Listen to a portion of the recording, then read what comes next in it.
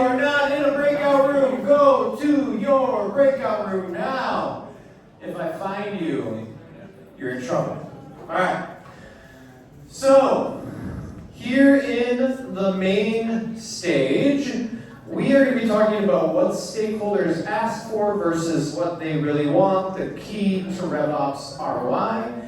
And this session is going to be led by the one and only Natalie Furness, the CEO and founder of RevOps Automated, local, and someone who's been involved in the RevOps community, RevOps Co-op, since the very beginning. So Natalie, why don't you come on stage and do your thing and drop a little bit of knowledge. Give it up for Natalie, everybody, as she walks up here.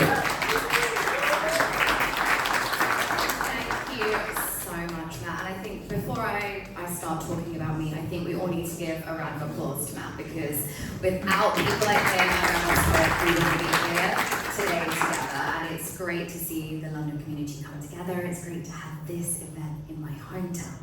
So, good morning. Oh, good morning still? Just about. Good morning, everybody. For those of you who don't know me, my name is Natalie Furness. I am the CEO and founder of RevOps Automated, which is on the dark consulting side. But that is not where I started. In fact, I started not from the technical side, like many RevOps people. In fact, I started more in the operations and transformation side for some small brands that you might know, such as Her Majesty's Prison Service, the NHS, because my original dream was to fix healthcare in the UK. Unfortunately, my views and my thoughts were maybe a little bit early in the sort of 2012. Digital transformation wasn't really a thing then. So I found myself moving into the private sector and moving into building out GTM infrastructure, starting within the health tech industry first, helping founders go to market, before moving in-house at scale-ups and actually working at a rather large blockchain for healthcare record keeping. Is that better? Yeah. Okay, thank you, everybody. I'm going to keep this thing around my face, maybe. Can I just take off this other mic? Is that okay? Can I take off this thing? Obviously. Thank you so much. It's in my back pocket. Is that better? Yes. Okay. I now have two hands. I have a mic hand and that does sound better. Thank you. So after I worked at Her Majesty's Prison Service, NHS, got frustrated with the lack of change, lack of ROI that I could actually bring there, I moved into the blockchain, the healthcare record space rather early. If anyone has ever worked in the crypto space, I'm happy to share war stories with you. And I was building out the GTM infrastructure in-house, and then I moved to freelance, and then eventually started up a business where I was just building infrastructure and go-to-market for several businesses, a couple of FTSE 500 businesses, and before I know it, I have a consulting firm that is now the oldest and apparently one of the largest in Europe. So I'm very, very proud of what myself and my team have achieved. So the reason why I'm sharing this story is that I hope, no matter where any of you are in your journey, that I can relate. Whether you are a team of one, building structure from nothing, whether you are managing a massive team of transformation, or whether you yourself are either working in agency or looking at going consulting side. And please don't be a stranger after this, come and chat to me, because I want this session to be as interactive as possible. So today we are talking all about the key to RevOps ROI. But before we start talking about how we achieve that 100+% that people like Mark Roberg, ex-CRO of HubSpot, said every RevOps function should achieve, we're going to start with a feeling. A feeling that perhaps, maybe some, probably all of you have felt. Imagine it's Monday morning, and you come into work and you open up perhaps Slack or another alternative chat platform, and you have requests from sales, marketing, customer success, finance, maybe even the CEO or founder. Somebody wants a dashboard. Somebody wants a report. Somebody wants a workflow. Everything is urgent. Everything is business critical. So what do great revenue operations professionals do? You get your head down. You work through that list. You build that dashboard. You build that report, you fix that integration, you fix that data, you start playing with AI and all the wonderful tools to figure out how they're going to work in your business. And you think for a second, fantastic, I have solved all of these problems. 3 weeks later, nobody's talking about it. Nobody thanks you. Nobody even mentions it at board meetings. And perhaps worst of all, none of us are getting a promotion because of all that hard work that we have been doing. So if you are here sitting and feeling like I felt that way, you are not alone. Hands up who's ever felt that way. Okay. I mean, for those of you that haven't, I'm hoping that we can learn from you as well, but most of us have felt that way at some point. Because I think one of the biggest traps that revenue operations is falling in today is that we are starting to believe that delivering requests equals delivering value. And those things are just not the same. Early in my RevOps career, I thought being in RevOps meant being responsive. If someone asked for it, I build it. If someone wanted a report, I build it. If someone wanted a dashboard, I build it. A workflow, I build it. You know, and you just keep thinking that I'm going to be the best at delivering solutions and they are going to recognize me. The problem is that none of the senior stakeholders were marking me on how much I built. The business was measuring me on outcomes, and that's a very different thing. There's a quote that's often attributed to Henry Ford. Now, whether he actually said it, I'm not 100% sure, but it doesn't matter because the lesson here is brilliant. He said, if I had asked people what they wanted, they would have asked for faster horses. Now, for those who don't know who Henry Ford is, he was a really big advocate of motor vehicles and popularized them and brought them into the middle class from the upper class. But this is such a right lesson. You know, if we ask stakeholders what they want, they're going to bring the solution which they can imagine, not perhaps the right solution. And the people who said they wanted faster horses, they weren't wrong. Like, that was right. Faster horses would have got them from A to B faster, but it wasn't necessarily the most cost-effective or efficient way of developing a solution. So, stakeholders won't necessarily bring us their problems. They will bring us what they imagine their solution to be. And this is where things get dangerous, because if we immediately jump into building what they think they want, then more often than not, we get it wrong. So when I've been working with lots of revenue operations functions, for years I have been noticing that some, not all, some are doing it really, really well. I think we can take a lot of lessons, especially from how some of the bigger US teams are functioning. But a lot of the time, revenue operations is set up to be more of a service desk. A request comes in, a ticket gets logged. Not always, sometimes it might be a Slack message. We fill that request, we close the ticket, and then we are optimized for responsiveness. In contrast, product teams are optimized for outcome. And I don't know what your thoughts are, but I really feel like we are the internal product teams. We are delivering just as much as what the product teams are delivering for our customers, but we're just doing it internally. And I think the big thing that RevOps needs to do is shift our mindset to be thinking over the next 5 years.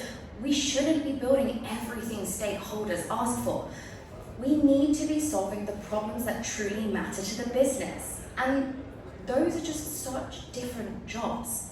We shouldn't be drowning in requests. Yes, we should have a backlog of rubbish. And then we should be prioritizing the things that should be built. We should be building a roadmap, like a product team builds a roadmap. We should be having launches. We should be thinking about how those launches get adopted and how we showcase what we are building of value.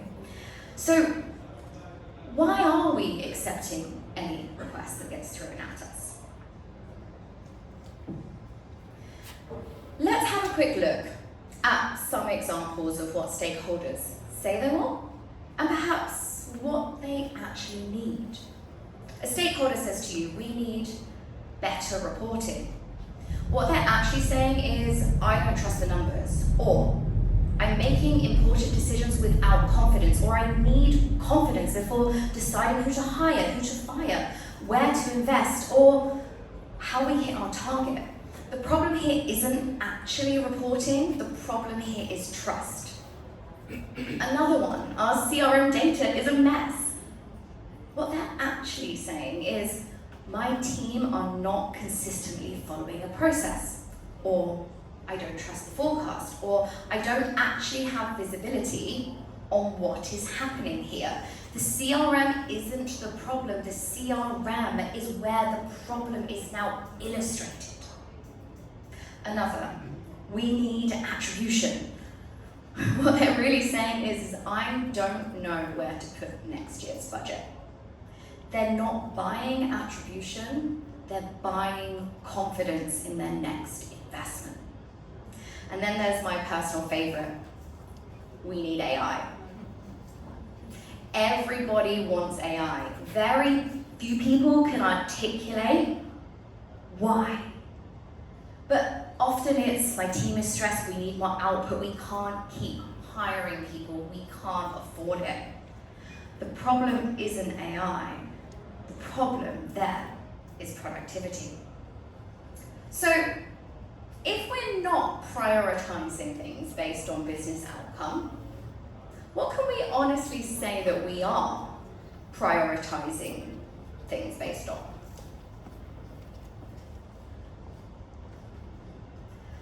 I can hold my hand up and say, especially in certain engagements, the loudest stakeholders, the highest paid stakeholders, and those persistent, loudest, highest paid stakeholders, their problems get prioritized first. And it's quite interesting sitting on the founder side, I'm just thinking about some of the crazy things I randomly wake up and ask Lucas to build.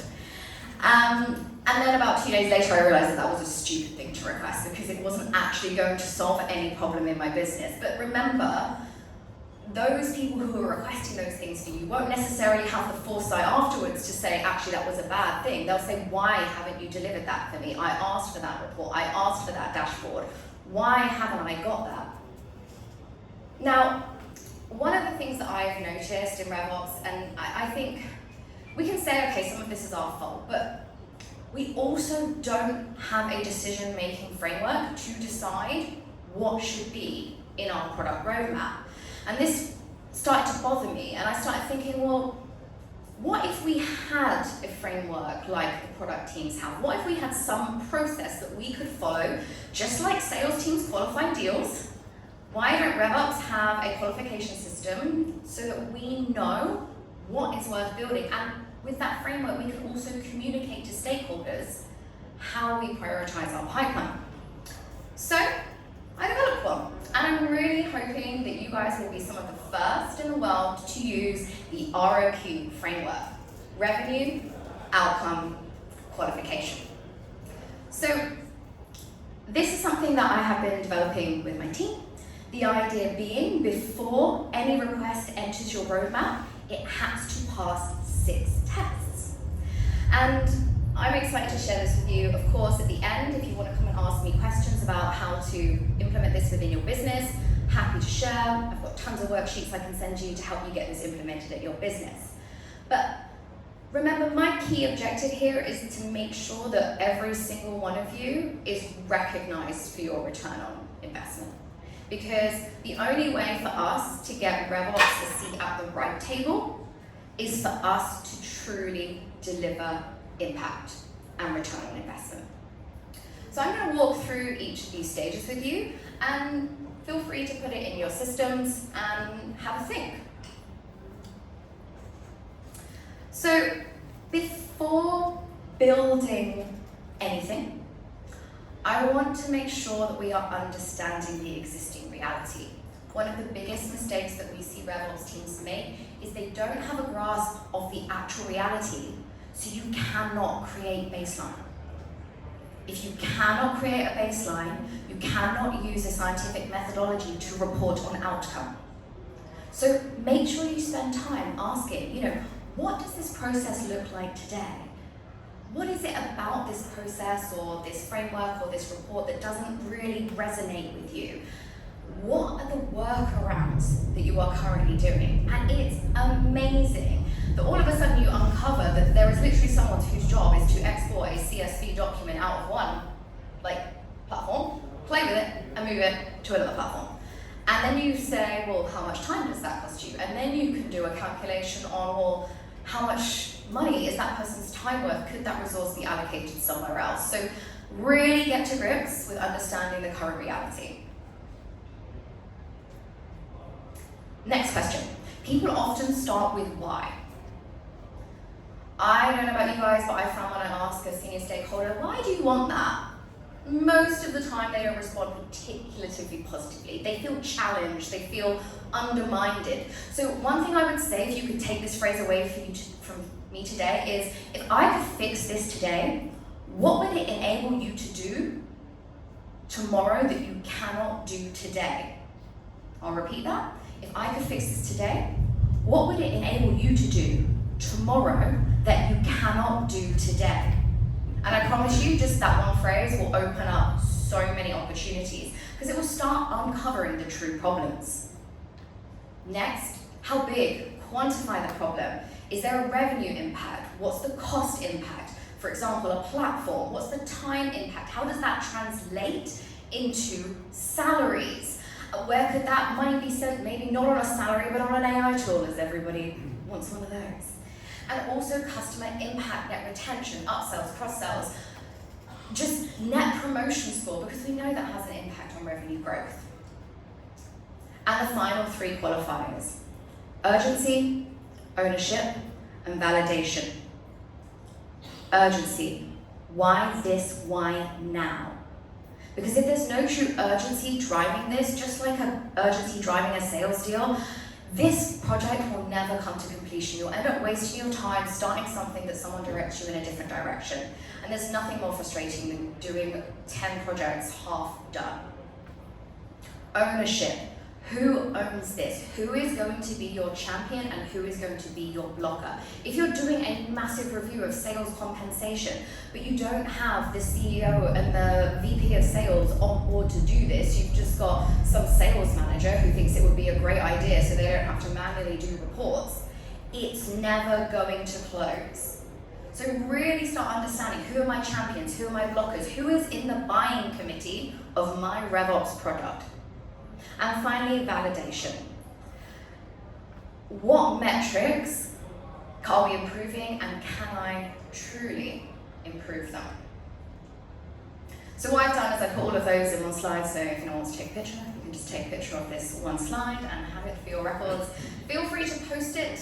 I would love lots of people to implement this framework and to share it around. And I'm going to use the last part of the session to talk about this in terms of a real case study, and yes, it does involve AI.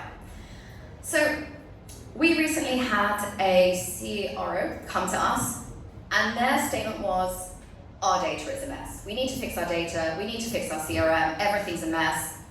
I can't tell anything from it at all. And perhaps if we'd operated like a traditional service desk, we would have started with a data cleanup, validation rules, required fields, governance projects, more admin for sales reps. And then of course we'd blame the sales reps when it wasn't completed. But because that's what was requested. But instead we started asking those questions. What happened today? What are you unable to do? What would fixing this enable tomorrow? And eventually we uncovered something much bigger. The CRM wasn't actually the problem. In fact, the data wasn't either. Firstly, the CRO just didn't trust the forecast. They had no confidence in which deals were actually going to land. The CEO wanted to understand their market share growth, and actually, when we asked them this, revealed to us that they had plans for M&A, which we would have never known had we not asked the question. Thirdly, sales reps weren't consistently updating the CRM. So perhaps if we'd stepped in with the original request, we would have spent months trying to clean the data in the CRM, adding more fields properties. But that would have actually solved nothing. And instead, we run the ROQ. So, The reality was they had a less than 50% forecasting accuracy, little evidence of qualification methods, no way to score rep performance. The outcome, they wanted a greater, sorry, I should have gone around the other way, my bad, a greater than 75% accuracy to provide trust, consistency of a sales methodology used, and also a way of actually seeing if the reps were any good. Quantify. Well, I mean, this was a massive problem because the CEO couldn't exit his business. So we're talking about like a 7-figure, massive impact here. 6 figures lost due to deals failing to convert, due to poor methodologies, and also 6-figure salaries being wasted on sales reps who weren't performing. So it was really easy to sell the solution here because we could base it on a quantifiable gain. The urgency, funding rounds, ownership, we had the CEO bought in, the CRO bought in, also the team. We hadn't spoken to the salespeople yet, but we had most of the team. The only potential risk we saw is that the CRO was super busy. We talked about that earlier. How often will you be able to meet with us? How quickly can you sign things off? So we started talking about risk mitigation early and validation. We truly believed we could improve this by 25%. So here's where it got interesting. The solution looked nothing like the original requests. We didn't launch a giant CRM cleanup project. We didn't audit all of the properties and fields and look for duplications. We didn't force reps to complete 20 extra fields. We didn't create more admin. Instead, we asked what information already exists that we are not using. And the answer was conversational data. Sales calls were already being recorded. Every qualification discussion was already happening. The data existed, it just was never making its way into the CRM. So we built an AI skill on Claude. The AI analyzed the call transcripts. It automatically extracted the medic qualification data, populated the qualification fields, identified the stakeholders, not just the stakeholders that were invited, but the extra ones. It also uncovered what their buying roles were, what their sentiment was, and because we suddenly had richer qualification data and stakeholder data, we could build a far more sophisticated deal probability model. And this ended up in over a 30% increase in forecast probability. So I have put up a little screenshot of the process that we use to build the skills. So if you want to have a go at building a skill like this, you can. Primarily, the trigger was after every meeting, the skill would run. For this particular company, they were using Grain, which has some really good transcription data, matching by company and, of course, date. We were looking for the exact stakeholders. So, of course, you have to define what all of these stakeholders' definitions mean, of course, before you can program it to identify and label those. And, of course, we're still learning. You know, it doesn't get it right 100% of the time. We then have to look if the contact is already in the CRM. If it's not, go and look at the Google calendars, look at the emails, bring it in, create it, add it, go and have a look for more information about it. Then we were looking at creating the association with the deals. I don't know, or opportunities, whatever you're working in. I don't know about you, but I often find opportunity has like one contact associated with it because that's the minimum. But it would associate all of them, buyer roles, and if that person was clearly from an external partner, it would label them with an association partner, and that would also give an idea of the sentiment. Because of this, we were able to improve the forecasting probability. We were able to build the model that we wanted. And I really hope that this will inspire you to start thinking about problems differently, and then building things that solve that problem. I think we built this within a couple of weeks and started testing it and iterating it. It wasn't a big, long project. It wasn't like 3 or 6 months of iteration. Luckily, we did have conversational data. It'd be more challenging if you didn't have that. But what was my favorite part, actually, was it uncovered something that we never thought it would uncover. Before this, the leadership assumed the sales reps all had the same problem. They were just all really bad at admin. You know? They just weren't updating the CRM. What the AI revealed was something completely different. Some reps were brilliant, but they were running the great qualification systems, they just weren't putting the data in the CRM. But you know what it also revealed? Some of those sales reps were rubbish. Some of them had potential to be coached, but some of them were exited from the business due to the fact that they'd had coaching before and they still were not operating with the framework that they had been given. So guess what?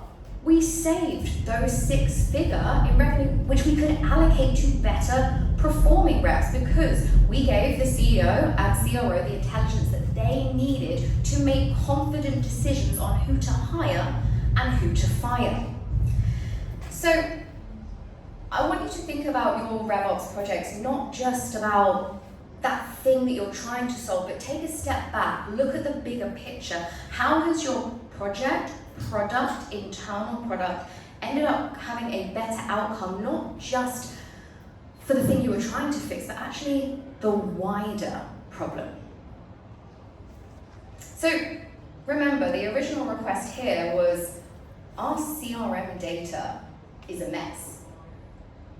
The real problem had nothing to do with that. It had all to do with forecasting, trust, confidence, sales reps' performance, and that's why we delivered a completely different solution to perhaps the solution that maybe I would have designed 8 to 10 years ago, because I would have gone back to that, we must start with data, and then we must do fields, and then we must, I would have started there. And before you know it, you end up in a 3 to 6 month timeline, which today we don't need to do. So I think this also really illustrates what's happening in AI now. Remember, the value wasn't actually from the AI populating the fields. To be honest, if you built that and let the AI populate the field and never communicated any of that back to the stakeholders, no one would know you built it. No one would know that that is what it could do. So you guys, not only you'll have to build it, but you have to focus on communicating that value up. And I really hope that framework will help you frame the value that you are delivering. The thing with AI though, and I don't know if you guys are feeling this way as well, is that we are now at a point where we can literally build anything. I mean, probably not anything, but a lot of things. So the question today isn't what we should build. It isn't like, can we build it? The question is, what should we actually be building? Because building, we all have RevOps analysts, building has never been the highest value thing that revenue operations teams do. AI is simply exposing that truth. AI can build a dashboard, a workflow, a report, an automation, a documentation. The competitive advantage for all of you guys becomes in deciding which data goes on that dashboard. How are we helping our stakeholders to actually interpret the data? I think it was Shantanu as well sort of mentioned about helping people leverage AI correctly. I myself had one of my senior stakeholders deliver me a report on the progress of our business because they wrote a prompt for Claude. And they didn't read it. And they copied and pasted it and they sent it to me, who actually built our CRM from scratch. So I read it and I was like, oh, I can see how this prompt was wrong. Because they don't understand the underlying data structure, but you do. You can make yourself invaluable by helping these people write better prompts, by giving that infrastructure to deliver them their kind of daily sales updates that you decide what data that they get, and that makes you valuable. So this is why I think RevOps professionals need to become more product-minded. And if you're ambitious, if you're thinking about becoming a manager, a director, a VP, maybe even a CRO one day, this shift is critical because leaders aren't promoted for closing tickets or building workflows. Leaders get promoted because they improve forecast accuracy, reduce churn, improve pipeline conversion, or improve EBITDA. these are the terms and the conversations that you need to be having with your senior executives. And this is the language that the future of RevOps needs to learn. At the start of my career, I thought success meant delivering requests. I thought success meant solving problems, maybe. But today, I think success means identifying the problems that are actually worth solving. Because, let's face it, businesses have hundreds, actually not hundreds, thousands of problems, but only a few will actually move EBITDA. And that is up to you to figure out. You've got to think, how valuable can I become as a RevOps leader within my business? I really hope that you can focus on using a framework to illustrate your value. And please let me know how it goes. I thank you all very much for your time, and I'm going to leave the last sort of 10 minutes for people to ask me questions. So, thank you. Yeah. All right, I do have a mic just like before. I can run around with questions. So, hand raisers, who wants to ask any questions? I guess, Natalie, one question that I have for you, you mentioned, or you gave the examples, the team member that sent you an artifact with all the incorrect stuff on it. It's my MD. Yeah. So, well, I guess, sure, does he still work for you? No, I want to ask that question. As a leader yourself, though, how do you want your team members to be leveraging and using AI? Oh, that's such a great question. We've started a few internal projects. Because for me, myself, I'm trying to use the framework on myself, you know? Like making sure that I don't keep requesting everything or just say more AI. Yeah, trying to walk the walk. So I think right now we're doing a lot of deal intelligence stuff because we want our reps to be focused more on customer facing. There's been a lot of chat about sales teams being told they need to use AI more, and then what they're actually doing is spending their whole time researching AI and learning how to use AI, and then they just don't pick up the phone. So I have a different view. I'm like, well, how do we release their time so they can pick up the phone, so they can attend more conferences, so they can be present? You know, because we are moving to more like trust building in face-to-face, because AI agents can just be online. So how do we release They're not their showing time? up to conferences yet. Yes, they can't show up here yet. Yeah, not yet. So I'm like, well, where are their skill sets? So it's also changed the way I hire salespeople. I started thinking about hiring more GTM style SDR people. And I'm like, nah, let's hire salespeople who can build real relationships, who can actually get out there, and let my RevOps team design the GTM infrastructure and orchestrate the personalized automated campaigns. We are doing, I think, again, it was the guys from Gainsight who were talking about the signals and the research around that. So understanding more personalized signals. We're doing some projects around that because I've always been a believer in you need to identify the signal before the competitor signal that they've identified the signal. You know, you've got to identify the one signal before. So that's a bit of creative thinking, because if you can buy the signal from a software company, it's probably not the signal I want. So I want the one before, the ones they can buy. So we're looking at that stuff. Enrichment of information, like I know lots of people here will be using Clay, but kind of similar enrichment projects. So once we have an account that we've decided is a ideal account, enriching that with information, but putting it in a way, not just enriching all the fields, but actually trying to write a brief. So when a salesperson turns up, that central part of the CRM, they just read that. You know, because there's that step, you can enrich information, but then you have to make that information easy for the people to digest. The handover documents as well. So anything that a human is doing that maybe should have been automated, but can be automated and just personalized better. Does that help? Yeah. What other questions do we have for Natalie? Any hand raisers? I'll try to like actually pause and give everybody a chance to.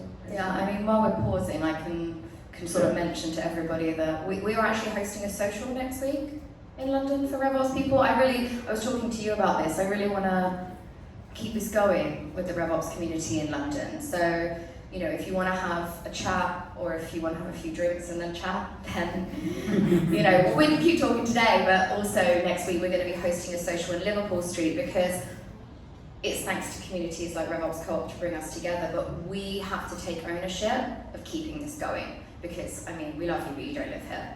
So we've got to keep it going so that we can all come to the next one. Maybe I need to send my AI clone or something to these events, right? That's the next thing. Yeah, 100%. So I maybe have a question for everybody else.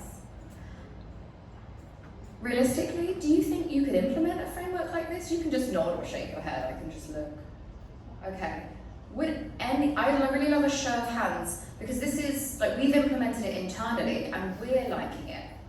But of course, for this to be quantifiably impactful, I have to do a study. So I'm kind of looking for just even a handful of volunteers, like 10, 15 people, who I will send you all the documentations and walk you through how to implement this and just run a test to me. And maybe even just after a few months, just tell me, like, did it help? Can I have a show of hands who might be up for that? She'll invite you to a dinner event too. Okay, maybe I take you guys all out for dinner. Yeah, okay, cool. I think for me, my one thing to get out of this today was to get this into practice because people can stand up on stage and present theory, but like for me, whenever I'm at these events, I'm like, what can I give you that you can implement tomorrow and in 3 to 6 months you can see an impact because that means a lot to me. So if you held your hand up, please come and speak to me in the break afterwards. Also, just FYI, I thought the clock was counting me up, not counting me down, and then that's why I ended up with so much time at the end. Oh yeah. No. Yeah. I was looking at 30 minutes, I'm like, have I been speaking for 30 minutes? Yeah. Cool. We still have time. One more question before we wrap. What do you see?